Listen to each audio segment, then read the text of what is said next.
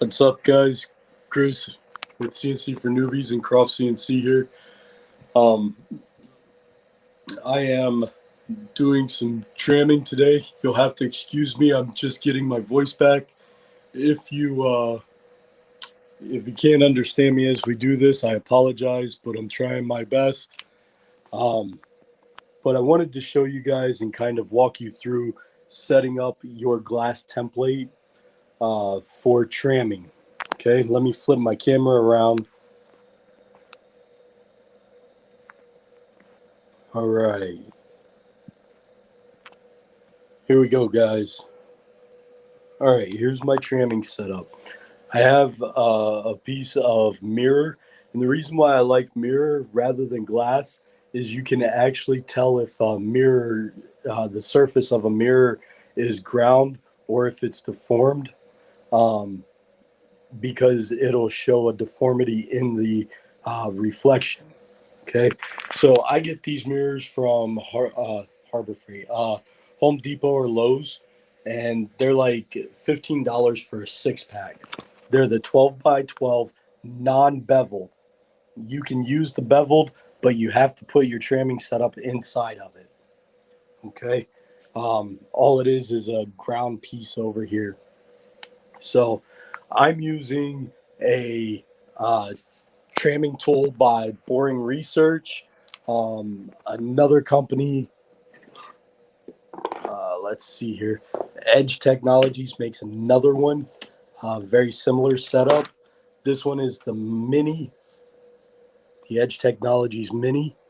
And the reason why I have two of them is because on some machines I don't have the clearance underneath the gantry to allow using my Boring Research one. My Boring Research is probably my favorite one. I use it quite often because each one of these holes is a different position, and it uses similar gauges on both sides, and the pill or the calibration pill or the magnet is stored underneath of it. I can also flip this center shaft around so that I can have a 1/2 inch or a 1/4 inch spindle mount. So I can use it for my mills, my lathes, my routers. I have a special setup for my lasers and so on and so forth. So as I do this, I just use tape and give myself a quick X, and I bring my spindle down until one dial touches about the center, and you can actually see as I push on this, that movement can go up to almost almost 5 thousandths. There we go.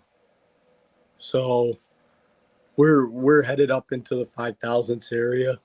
Um, Basically, what needs to happen is this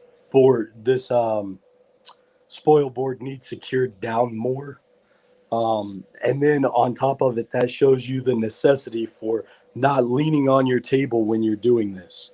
You want to take all the pressure off of your table as you do this. Okay.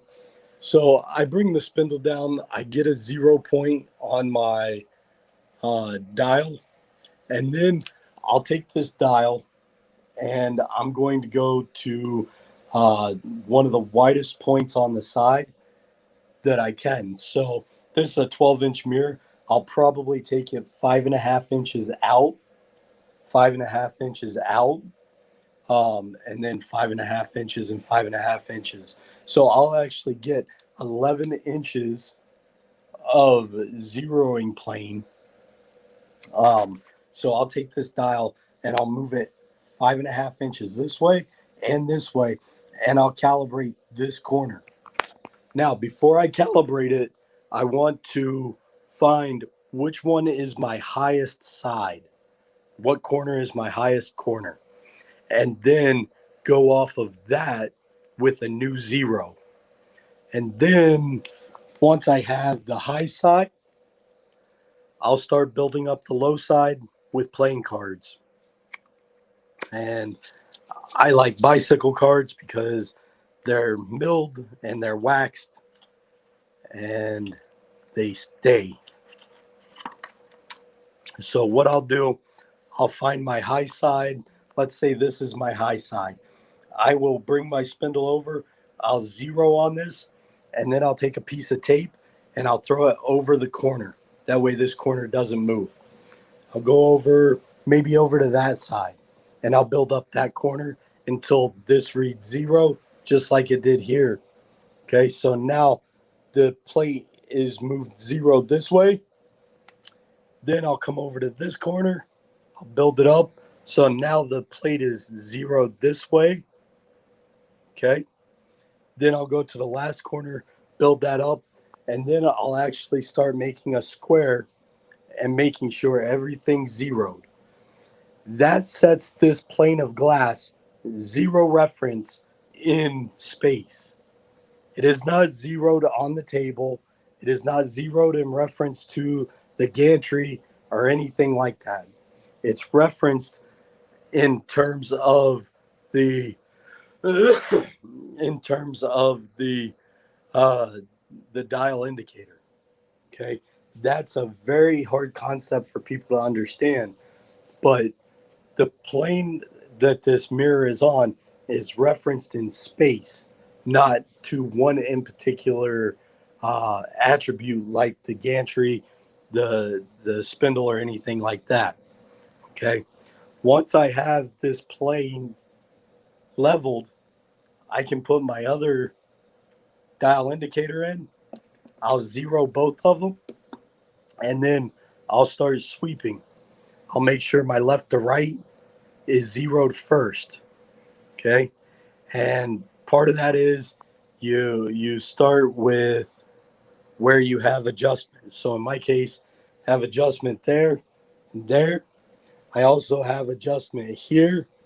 I also have adjustment here. So what I'll do is I'll take a square that I know is 90 degrees, and I'll start with the square on the glass, and I'll square this back plate. I'll square this next back plate, and then I'll square this plate. Then I'll start adjusting my gantry, and then this should be leveled. Okay. Once that's leveled left to right, I will then turn it, and that's going to tell me if it's level, if it's trammed forward and back. The way that you should be tramming your machine is not adjusting the spindle, because it's only trammed at that one point. What you want is to tram the whole machine. So I'll actually repeat this process a couple of times in different locations on the machine. I'll go back to that corner, I'll go over to that corner and this corner, and I'll get it until everything measures out correctly. My tramming takes me about 4 hours to do because I make sure that I go over everything.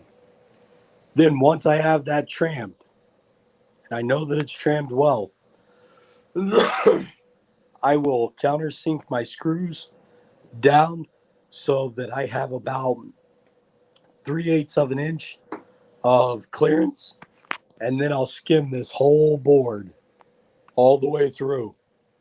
Okay, and that's about it, guys. So we'll keep going. I'm gonna get this. I'm gonna get this taken care of, and then I'll go through and I'll show you guys what I did. All right, later.